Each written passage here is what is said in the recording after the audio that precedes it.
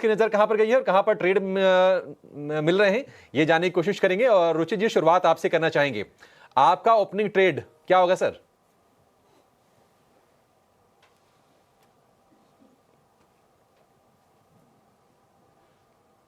रुचि जी।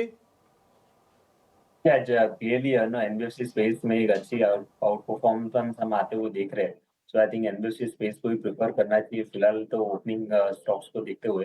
Bajaj finance मेरी pick रहेगी कि जहाँ पे हमने एक अच्छा रिलेटिव आउट परफॉर्मेंस पिछले कुछ समय में देखा है। हाई टॉप हाई बॉटम का स्ट्रक्चर जो अभी भी कंटिन्यूड है वो और आगे बढ़ सकता है। सो आई थिंक रिलेटिव ऐसे मार्केट में थोड़ा रिलेटिव सेफ्टी भी वहाँ पे ज्यादा है। तो बजाज फाइनेंस में यहाँ पे आज खरीदारी करने की सलाह रहेगी। 8,550 के नीचे स्टॉप लॉस रखे और 8,820 के अराउंड के टारगेट से स्टॉक में एक्सपेक्ट करें।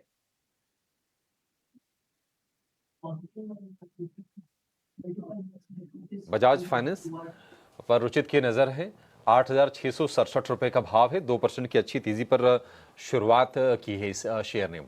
किरण जी, आपकी नजर में कौन सा स्टॉक चलने वाला है यहां से तेज रफ्तार से?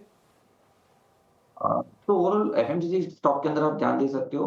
कोलगेट लास्ट 3 दिन से लगातार high top high bottom pattern के अंदर है। आज भी हमने देखा कि गैप डाउन ओपन हुआ लेकिन रिकवरी काफी अच्छी है। तो जब तक ये स्टॉक 25-20 के ऊपर है मेरे हिसाब से लॉन्ग करना चाहिए। एक पोजिशनल स्टॉप लॉस आप 25-20 का मेंटेन कीजिए और इसको लॉन्ग कर सकते हैं। ओवरऑल ये स्टॉक 1 से 2 दिन में 2600 तक जाने की गुंजाइश रख रहा है। तो कोलगेट डेफिनिटली मेरे हिसाब से लॉन्ग करके जाना चाहिए। ठीक है, 2600 तक जा सकता है कोलगेट पामोलिव का शेयर, ऐसा किरण को उम्मीद है। मेमोरीज जी, पॉलीकैब 10% टूट गया, केईआई 10% टूट गया। अभी ये ऐलान है, प्लान है, निवेश होगा, प्लांट लगेगा, रिटेल चैनल्स बनेंगे, डिस्ट्रीब्यूशन फिर शुरू होगा। अभी तो काफी लंबी प्रक्रिया है।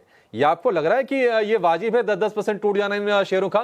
क्योंकि जिस सेगमेंट में ये ऑपरेट करते हैं, भले ही बड़े छोटे पैमाने से शुरू किए, बट ये लीडर्स हैं, दिग्गज हैं ये पॉलीकैब और केईआई दोनों के दोनों। ये ओवर रिएक्शन नहीं लग रहा आपको? नहीं, ये काफी बड़ा नीजक रिएक्शन है।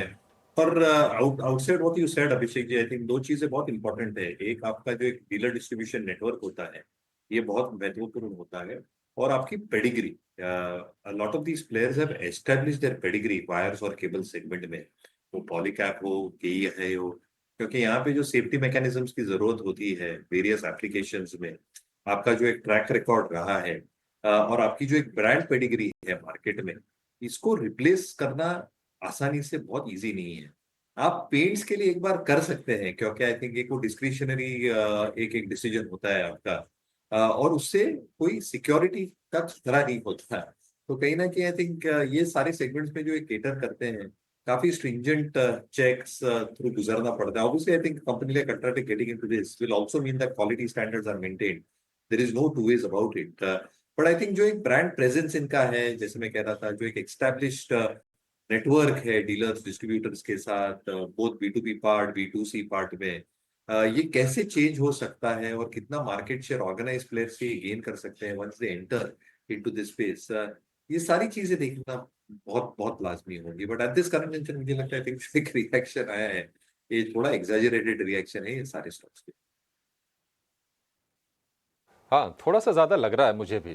10-10% टूट जाना, देखते हैं कोई रिकवरी आती है या नहीं आती है, क्या और ये गिरावट बढ़ेगी, देखना होगा इन शेयरों में आगे।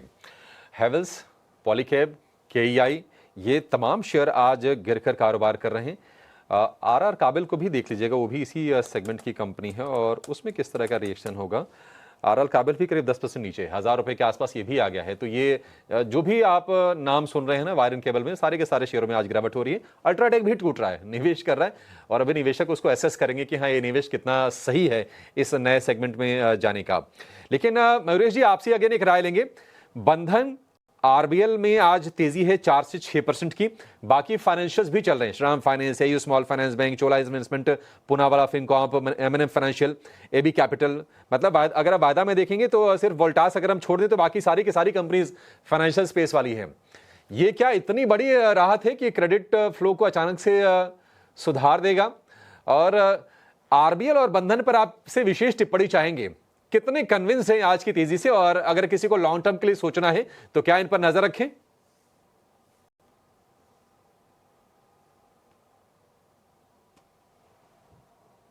अनम्यूट कीजिए Mayuresh ji. So sorry for this. नहीं, आई थिंक जो बंधन और आरबीआई के साथ एक हिस्टोरिकल इशू रहा है वो है consistency in terms of numbers flow. और जब तक इसमें एक या दो तिमाही में कंसिस्टेंसी नहीं आती, एक री रेटिंग करना ये स्टॉक्स के लिए थोड़ा मुश्किल बन जाता है। दूसरा, I think for the space as a whole मुझे लगता है, आई थिंक जो क्वालिटी लीडरशिप स्टॉक्स हैं एनबीएफसीज में, इस पे थोड़ा ज्यादा फोकस रखना चाहिए, क्योंकि हम हमेशा देखते हैं विलियम ओनील में मार्केट्स विद इंडिया में, जब मार्केट्स ऐसे फेज से गुजरता है और जो एक कंसोलिडेशन फेज होता है, प्राइस करेक्शन के बाद एक टाइम करेक्शन, और उसके बाद जब उभर के आते हैं स्टॉक्स, जो लीडरशिप स्टॉक्स होते हैं पर्टिकुलर सेक्टर के लिए, वो फोरफ्रंट पे आते हैं। तो जैसे रुचित ने कहा था Bajaj finance, I think numbers ठीक ठाक हैं, एक्सपेक्टेशन जो मान के रख सकते हैं in terms of their app development, और जो कंसिस्टेंसी है in terms of leveraging on digital mechanisms, ये कॉस्ट टू इनकम रेशियोज को अच्छा खासा नीचे रख सकता है। At the same time, I think because of the extensive use of data and data analytics, जो क्रॉस सेलिंग अपॉर्चुनिटीज हैं, वो अच्छी खासी उभर के आ सकती है। और इसलिए मुझे लगता है, आई थिंक जो बेटर प्लेयर्स हैं जिसकी अच्छी पेरेंटेज है, बजाज हुआ, चोलामंडलम हुआ, उसमें क्रेडिट रेटिंग्स भी ठीक ठाक रहते हैं, कैपिटल एडिक्वेसी काफी अच्छी रहती है, और इसकी वजह से आई थिंक जब मार्केट से एक लल फेज से गुजर के ग्रोथ फेज में निकल जाता है, because we have better balance sheet growth and better credit underwriting skills, their pedigree probably comes to the forefront, क्योंकि उसके बाद जो नतीजे आएंगे अगले कुछ 3 या 4 या 5 या 6 नहीं होता है, आउटस्टैंडिंग सेट ऑफ नंबर्स है। इसलिए आई थिंक जब भी कोई सेक्टर एक स्लम से गुजर रहा है and when it expected to come out से 2 और 3 quarters down the line, leadership stock जैसे हिस्टोरिकली देखा है कई वर्षों या दशकों से, they will come to the forefront. और इसलिए हमें लगता है, I think within this space itself, I think जो qualitative leadership stocks like Bajaj finance हुआ या चोला फाइनेंस हुआ, ये आपके वॉच लिस्ट पे सेकंड थॉट, क्वालिटी फाइनेंस से जुड़े स्टॉक्स पर नजर होनी चाहिए, और बजाज फाइनेंस पर टेक्निकल नजरिया रुचित का और फंडामेंटल टेक मयूरेश की भी मोहर लगती हुई, और 52 हफ्ते के उच्चतम स्तर पर इस वक्त बजाज फाइनेंस का स्टॉक ट्रेड करता हुआ। आरबीआई ने जो risk wait hike roll back किए हैं, बड़ी राहत की खबर Bajaj finance, Shriram finance, L&T finance, banks and finance से जुड़ी तमाम कंपनियों के लिए, और इसी का इम्पैक्ट है जो कि पूरे के पूरे सेक्टर में इस वक्त नजर आ रहा है।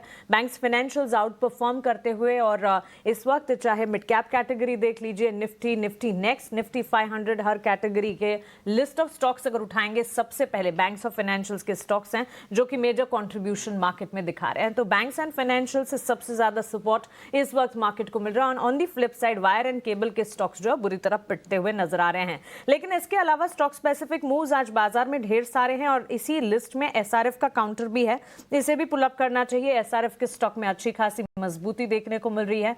किरण, गुड मॉर्निंग, आपसे राय जानना चाहेंगे। एसआरएफ में एक स्ट्रॉन्ग अप मूव, इस वक्त 3% की तेजी, और ये तेजी जो है इनफैक्ट अपबीट मैनेजमेंट आउटलुक नतीजों के बाद जो आया था उसके ठीक साथ साथ तेजी का दौर शुरू हुआ।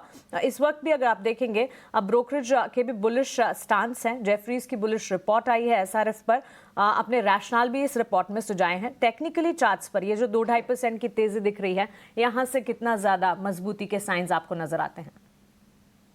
अगर हम बात करें एसआरएफ की, तो डेली चार्ट के ऊपर जिस तरह से हमें चार्ट पैटर्न देखने को मिल रही है, एक ब्रेकआउट के बाद का रिट्रेसमेंट, और उस रिट्रेसमेंट में से वापस एक फ्रेश ब्रेकआउट देखने को मिल रहा है 20 डेज मूविंग एवरेज के साथ साथ। आप देखो तो पिछले 5 दिन के हाई के ऊपर भी एसआरएफ ट्रेड कर रहा है, तो मेरे हिसाब से करंट मार्केट प्राइस से लॉन्ग जाना चाहिए। एक जो पोजिशनल स्टॉप लॉस है 2800 के नीचे का आप मेंटेन कीजिए। अगर 2800 ब्रेक नहीं होता है, तो देयर आर हाई चांसेस कि आप 3000 तक के टारगेट एसआरएफ में शॉर्ट टाइम में देख सकते हो।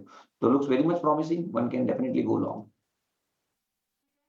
पोजीशन इनिशिएट जरूर कर सकते हैं। काफी प्रॉमिसिंग एसआरएफ के चार्ट्स इस वक्त नजर आ रहे हैं।